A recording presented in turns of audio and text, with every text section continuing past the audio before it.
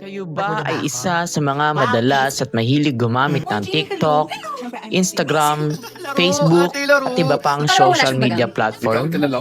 Updated na ba kayo o mas tamang sabihin na chronically online ukol sa mga bagong trends at pauso? Uy, alam nyo ba, kahapon nakita ko si Armeo. Ha? Basket? Mensch. Kasi di ba nagmalaw kahapon. Tapos nakita ko may kahalikan siyang iba. What? Grabe! Ang lanis di naman ng... Girl, ayoko na siya kanya.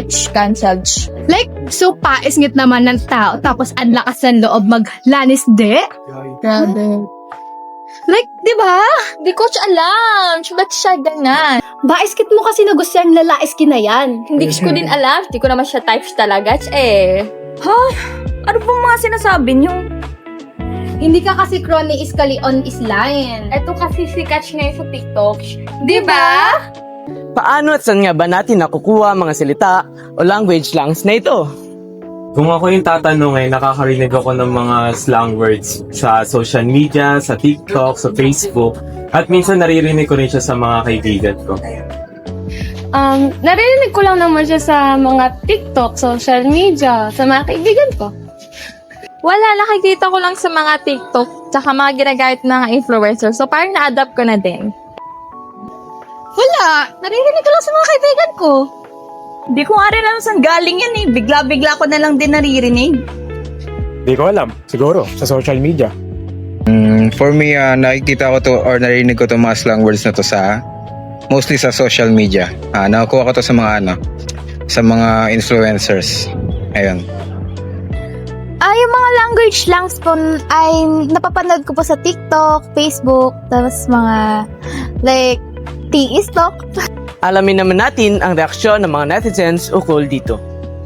So, yung reaction ko naman pagdating sa mga slang words. Sa una, cringe siya pakinggan, pero habang tumatagal, tuwing naririnig ko siya sa mga social media or sa mga kaibigan ko, nasasanay na rin ako. Noong una, nakikringe ako, pero ginagamit ko na rin naman eh. Wala, nung una nakakalito, pero nung parang na-adapt ko, parang nakaka-addict na siya gamitin. So, parang mas funny na yung mga pinag-uusapan namin, ganun. Wala, nakakaaliw lang kasi nakakapagpabuhay siya ng conversation, ganun. Masaya pakinggan. Nakakalito. Like, wala na akong matinong makausap ngayon kasi kung ano-ano ang sinasabi nila. Ewan ko nga eh. Ang dami nilang sinasabi. Siguro, na rin na ng panahon. Sa akin, okay lang kasi parang innovative word to eh. Mga nagagawa ng mga Gen Zs. Ayun. Yung reaction ko is like, parang hindi siya appropriate. Lalo na yung sinasabi ng mga, lalarge! Ha! Nakakainis! Paano nga ba nila ginagamit ang ganitong pananalita? Omsim. Omsim, ibig sabihin ay mismo. Isa itong salitang tadbalik na nilagyan ng ed bilang pampatawa. Naging popular ito sa social media at karaniwang ginagamit ng mga kabataan sa casual na usapan. Ngani, salitang Bicol na nangangahulugang nga o talaga na ginagamit para magbigay diin sa pahayag. Mas sumikat ito dahil sa TikTok creator na si JB Suarez. Baisliw. Baisliw, na ang meaning ay baliw.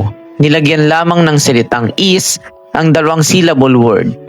Ang ganitong manner ng pananalita ay nagmula sa gay lingo na pinauso ng isang TikTok influencer na si Sesabol. Bilang pandagdag humor ay dinagdagan ng is ang bawat syllable ng salita. Laro, isang uri ng gay lingo or gay language at ginagamit bilang exaggeration or expression ng karamihan. Ito ay binabanggit sa casual o playful na pakikipag-usap at madalas ding ginagamit upang mapagaan at hindi masyadong seryoso ang pinag-uusapan. Ganorch, na ang ibig sabihin ay ganon at dinagdagan lamang ng CH. Isa itong halimbawa rin ng gay lingo upang bigyan din ng humor o arte ang mga normal na salitang binabanggit.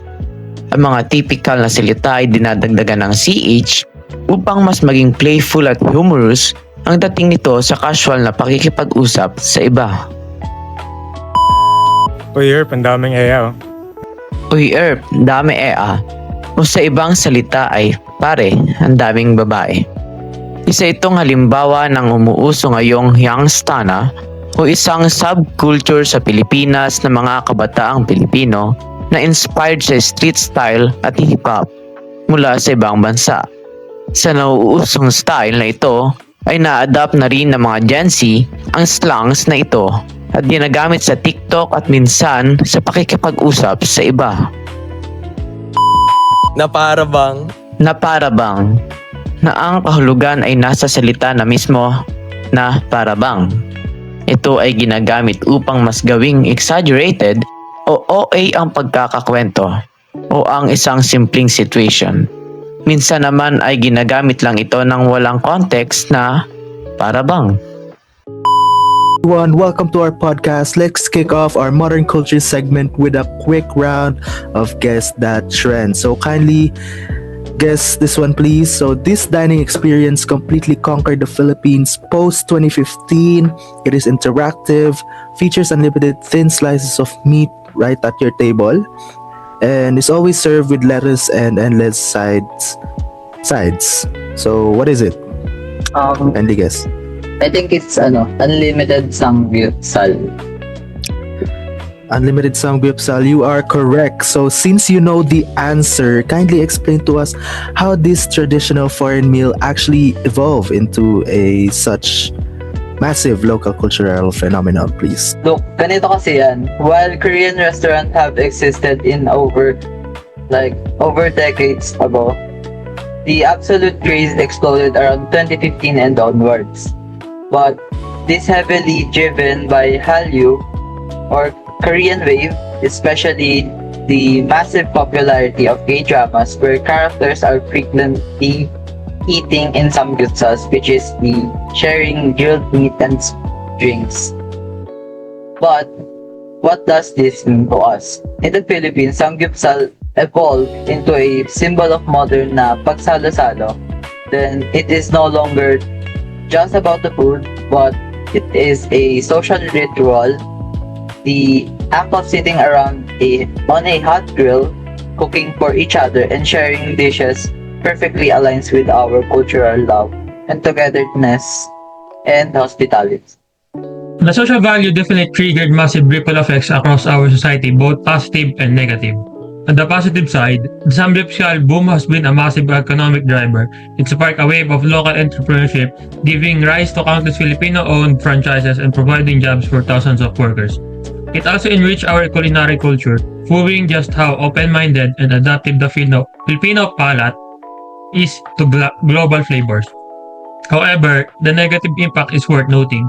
From a health perspective, the high sodium from side dishes and frequent consumption of fat processed meat raise serious long-term concerns regarding cardiovascular health if eaten in excess. Culturally, some food critics also point out a slight displacement effect, as younger generations are sometimes more willing to spend on trendy foreign dining than on preserving our own local heritage cuisines.